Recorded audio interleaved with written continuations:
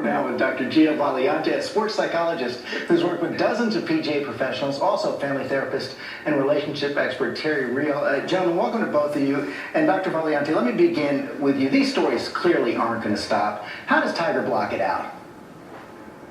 Well, one of the things you have to understand, George, is Tiger has a belief system that is set up to handle adversity. He's had it since he was young. I'm really, from a straight performance standpoint, in knowing how this man's mind works, my sense he's already past this.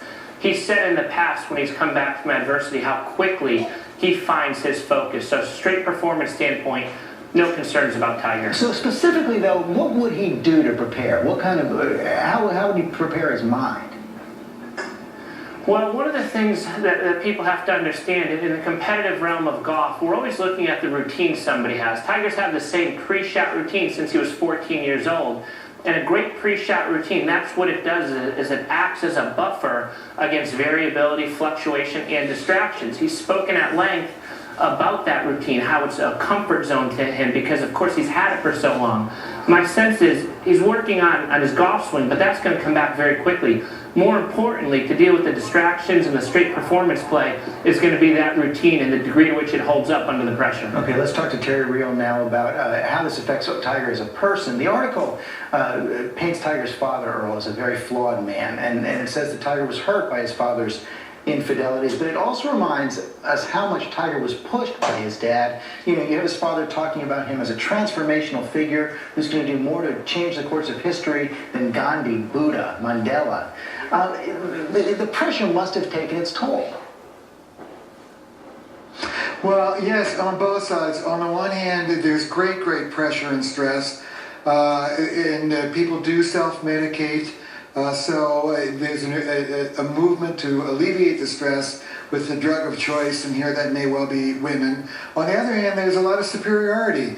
Part of what that superiority and overconfidence does is blunts your sensitivity to the consequences. If you're the new Messiah, then maybe you're above the rules. Both of those things together set up this kind of acting out. He is also surrounded by, according to this article, by a circle of enablers, friends, employees who really made this life possible for him. Can he change his life now without changing his team?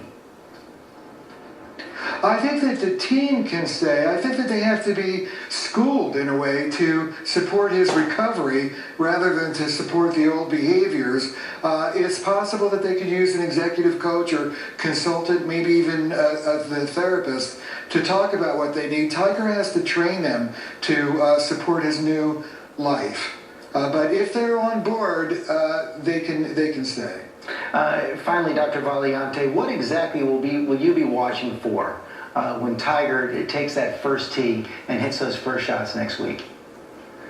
You know, when he was developing his game plan with his father, Tiger and his father came up with what he calls a standard operating procedure for everything, SOP. So, for example, the first heckler, I imagine Tiger is so smart and a great preparation for a game of golf.